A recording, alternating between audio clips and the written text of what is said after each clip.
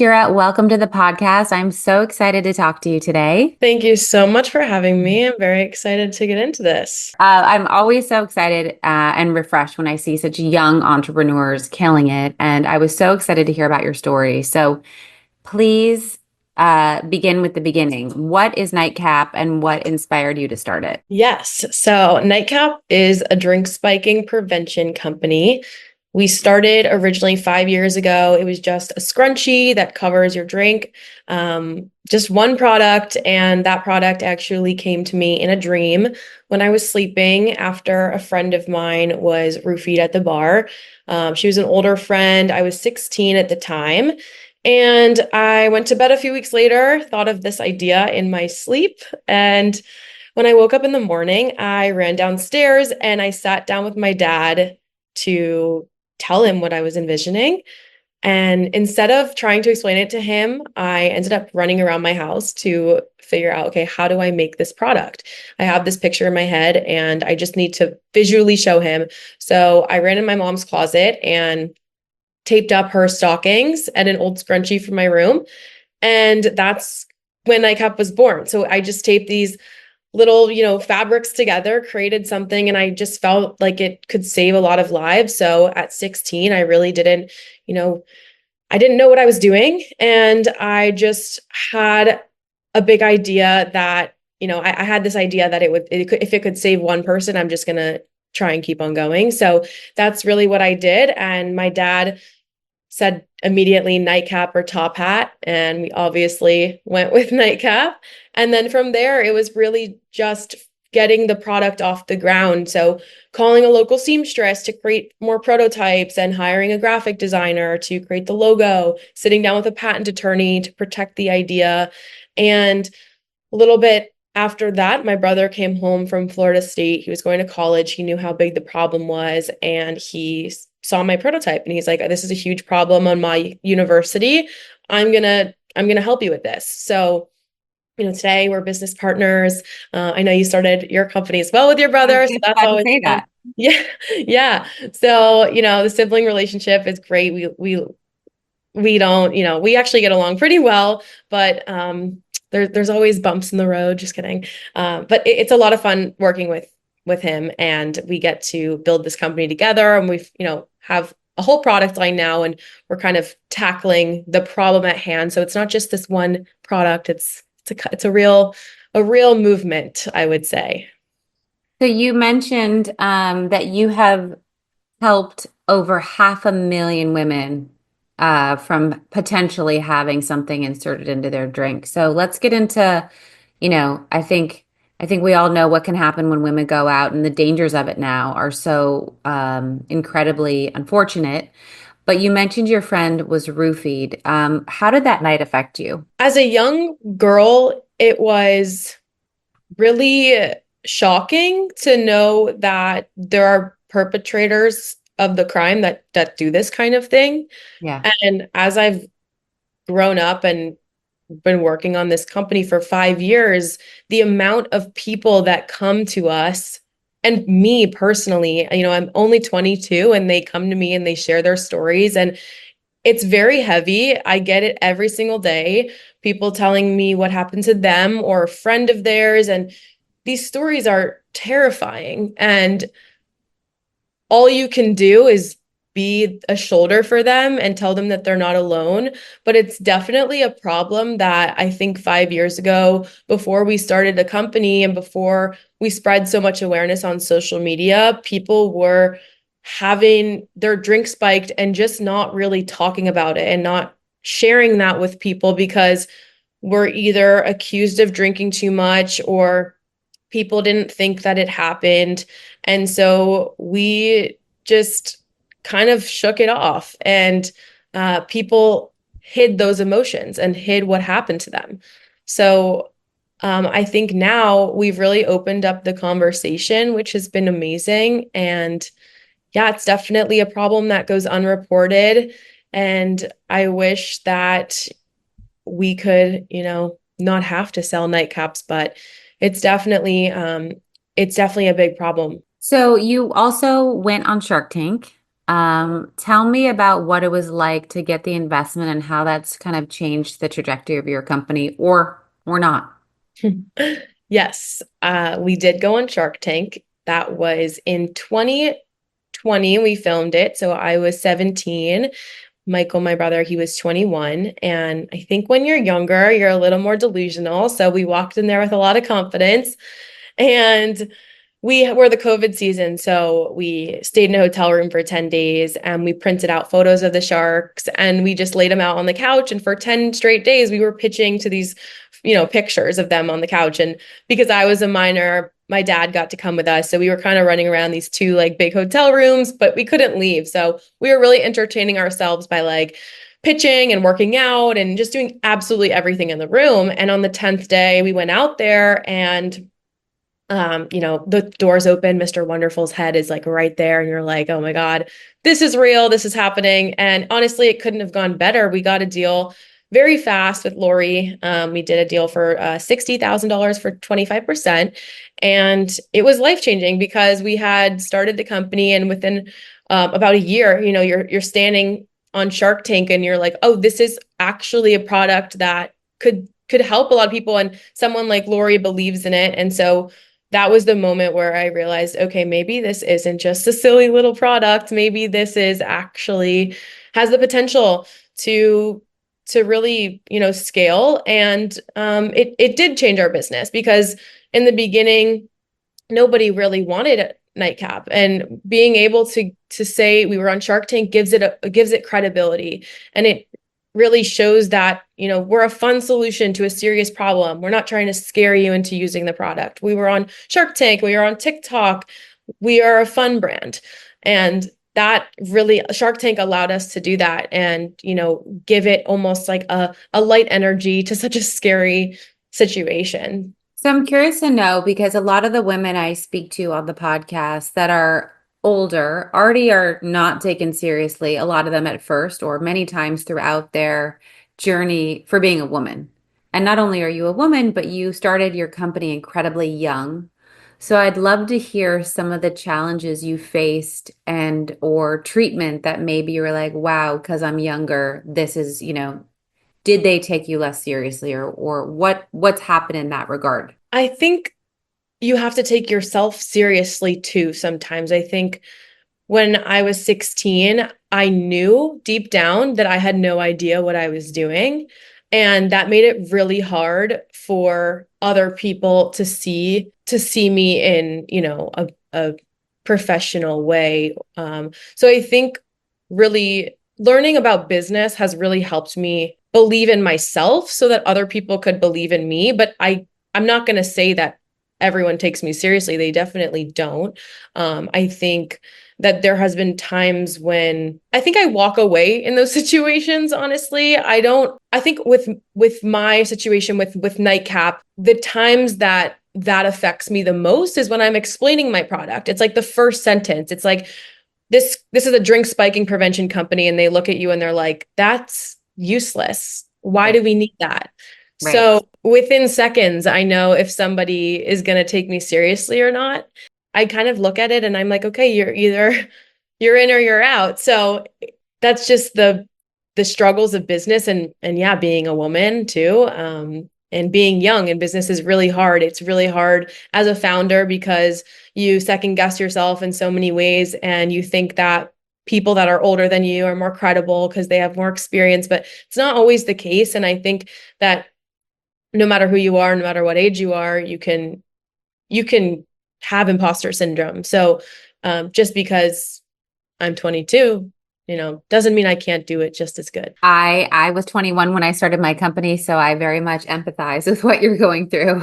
Yeah, no, it's a Yeah. real thing. It really is. I think you start out and you just have to figure it out because no one gives you the pamphlet and says this is how you do it. And there's been so many times where you get in your own way and you're like, I can't do this. I'm not good enough for this. I can't walk into this room. Who am I? And it you have to overcome that. Are there ways in which you felt like you've been able to? Because I feel like imposter syndrome is still something that at 44 I'm in rooms and is being discussed. But like, how have you sort of said, okay, I'm walking through those doors anyways? Because at the end of the day, we're all people and we're all looking for the same things. Like we all crave human connection. And I think if you're going to walk into a room and be that person that looks at other people and says, why are they here? Then that's a reflection of yourself. And you should always remove yourself from the equation. If you're trying to solve a problem or trying to meet a person, it shouldn't be for you. It should be for your customer. It should be for your product. How is this benefiting the people that you're selling to? How can this help other people? And try not to look at it as, what am I doing in this room? But how can I help other people? Right. I love that. I love that it takes the attention, or the way that you're framing it, it's taking the attention off yourself and what can I do for others? And immediately, I think when a person starts thinking about that, they are like, oh, I am valuable. Oh, I can do this. And then, it stops that self-fulfilling prophecy of I'm nothing. Why am I here? Yeah, it's helped me through a lot of situations, I think, because we can all get in our own head, and that's not really fair to us or our audience, our customers. Yeah. Did people ever go like, until you turned 21, were people like, wait, how do you know anything about drinking? Of course. Of course. Yes, they questioned me, but not as much as I would assumed. I think a lot of people thought I was always older than I was, so nobody ever questioned my age unless I said something.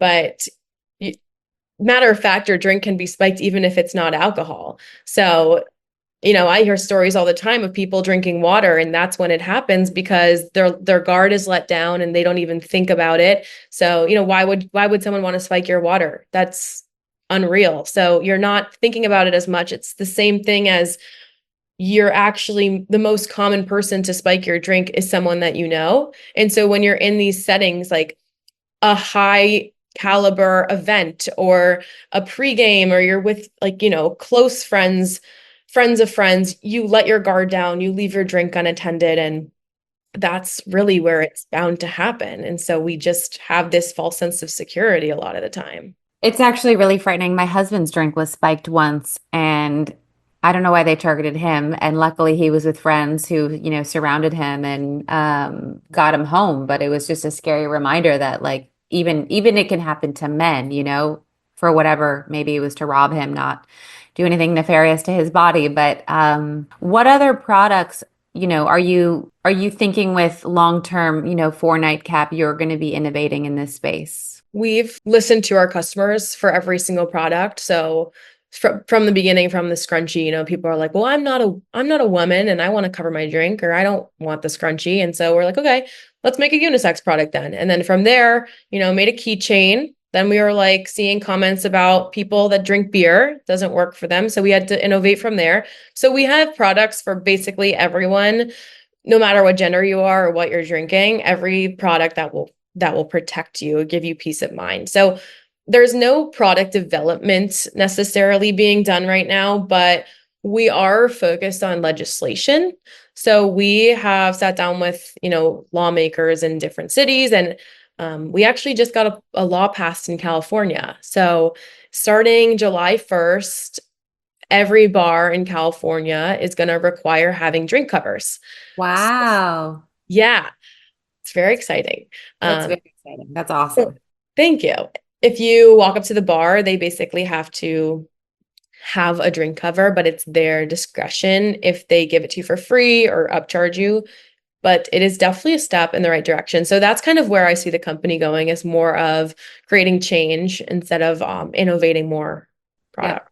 Yep. And I'm hoping you've already pitched all these bars your covers. We are in the process of all of that fun stuff. So that's another thing. I'm like, when this law came through, I'm like, I am no I am no one to be doing this, but you figure it out. And there's definitely been a lot of learning within the last couple weeks, just because of this law. I don't feel, or I didn't feel qualified to even get on a call a year ago with legislatures and talk about politics or, drink spiking and writing bills. I didn't think that was part of the plan, but everyone comes with their own perspective, and I think that's what you can offer.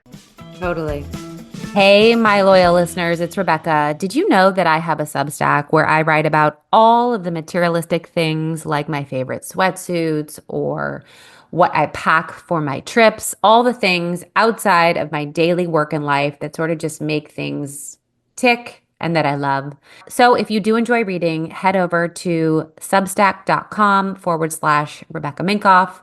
Press the button to subscribe, support the cause, and I hope that with all of the busy things in your life, this brings you a little bit of shopping joy.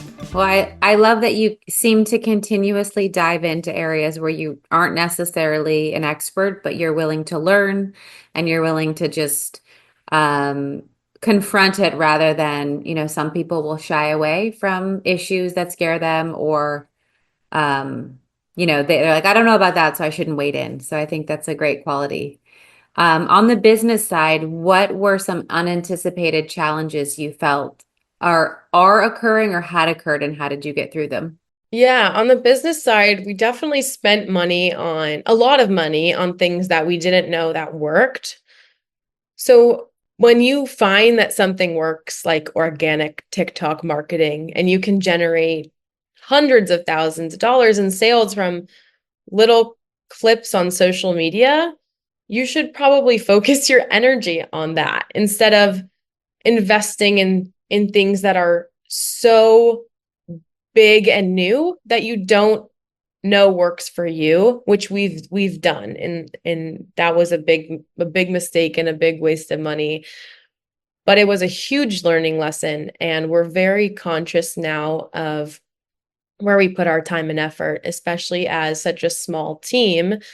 We wear a lot of hats. It's very easy to just want to hire everyone and outsource everything, but we are definitely we like to keep it lean and very tight, and do honestly as much as we can in the best way that we can, because it's our baby at the moment. We give up control here and there, but I think you have to, in the beginning, know exactly where your money's going and what you're getting out of it. How would you say you're approaching, like, going into 2025 with plans for expansion or, I know you mentioned there's not innovation happening right now because you're working on legislation, but how do you imagine the company growing? Partnerships. We have partnerships with over 200 universities. So these colleges will reach out to us and buy in bulk for their students. If we have 200, hopefully in 2025, we'll have 500. We also sell to different military bases. We have a lot of partnerships with nonprofits, and we work with Forever 21. That's a really fun story. I walked up to the CEO and I said, here's a nightcap. And then we got into all 400. Where was the CEO? You can't just casually say, I just walked up to the CEO. She was at a conference in Las Vegas about 2 years ago. And when you go to the conferences, how they put the speakers away in a room, they tuck them away. So because you're not good enough for them, they lock them up. And so at this conference specifically, I noticed she had walked off the stage and was just kind of standing there. So I took an opportunity and I said, you did an amazing job up there, because she really did. And then I gave her a nightcap and I was like, this is a scrunchie. It covers your drink at the bar. And she said, I love this. Let's get into the stores. Wow. And then we launched in all 400 Forever 21 stores about 6 months later. And yeah, like things like that are just so crazy. But like partnerships are really really valuable for us, just because with universities, students are able to get them in their hands without even sometimes paying for it, because they'll just give them out for free. And then on the back end of things, like we have these conversations that are really like saving lives, like our partnership with Rain, and like we have these nonprofits that are trying to genuinely help people. So I feel like we're saving people by giving them the product, but we're also having conversations that our customers don't even know about that can really be beneficial. So partnerships in 2025 and learning and and yeah, creating change. I love it. I love it. I have so many ideas I want to share. So one of the things that I feel like, again, I hate doing this like my old people and you young people. Love it. But I think one of the conversations around Gen Z is, when I started out, I worked like a dog, all hours, no boundaries, weekends, nights to build my business. What I love about Gen Z and have experienced trouble, not trouble is not the right word, but frustration is they have boundaries, right? A lot of them. I don't work past this. I have my weekends. I'm taking my actual vacations, which I love, but also sometimes I'm like, I don't know that I would have gotten to where I am if I didn't do those things. So I'm curious and would love your perspective, being that you are, younger, but you do have a company that is yours. Like, how do you approach your life? Is it more balanced, unlike ours was?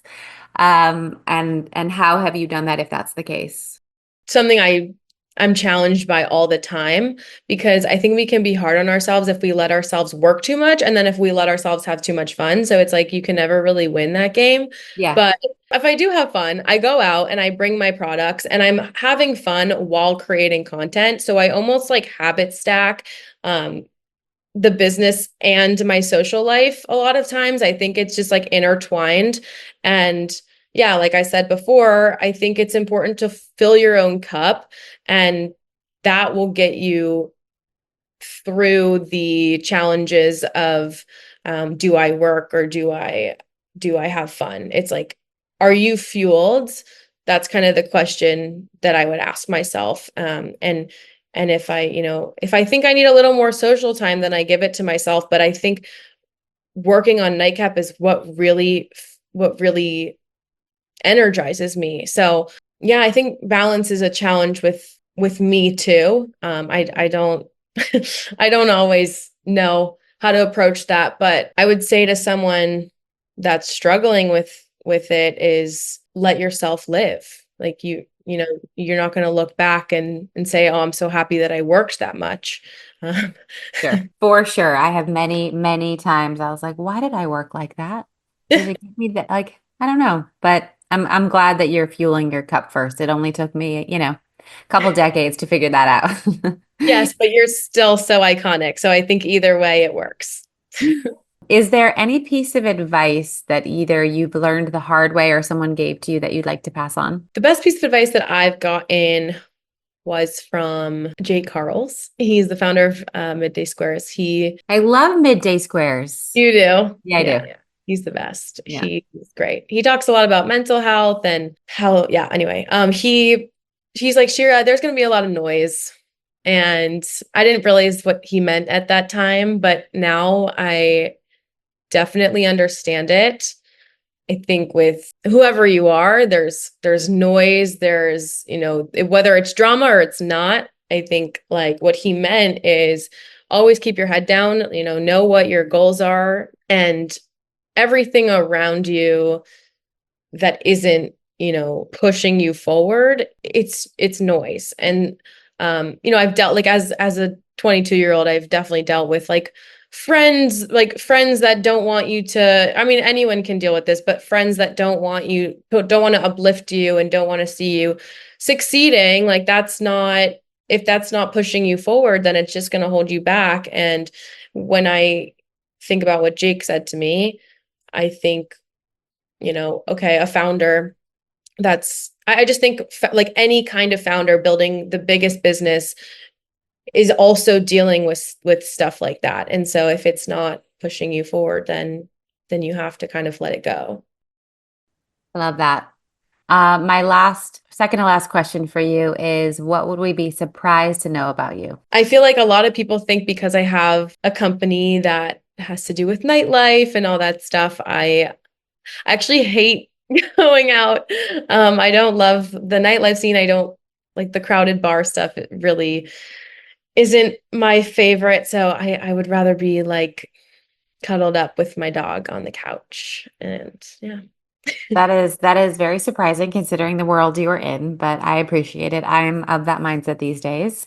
Definitely. Um, and where can everyone find NightCap, follow you, support you, buy you, all the things? You can find NightCap at nightcapit.com and Amazon and your local Forever 21. And then our socials are NightCap It on everything. Awesome. Well, thank you for what you do and for making such an impact. And I'm excited to see all the other states hopefully pass similar laws to protect mostly women from this disgusting behavior. So thank you. Thank you so much for having me. I just wanted to thank you guys for listening to today's episode. I also want to ask you to rate and review the show wherever you listen to podcasts. I know it's a pain in the butt, but it actually helps with search and algorithms. So if you love this podcast, it is an easy way to get it more visible and out there. I also want you to follow me on Instagram at Rebecca Minkoff, at RM Superwomen, and be sure to check out my book, Fearless, The New Rules for Unlocking Creativity, Courage, and Success. Thank you again, and you will hear from me next week.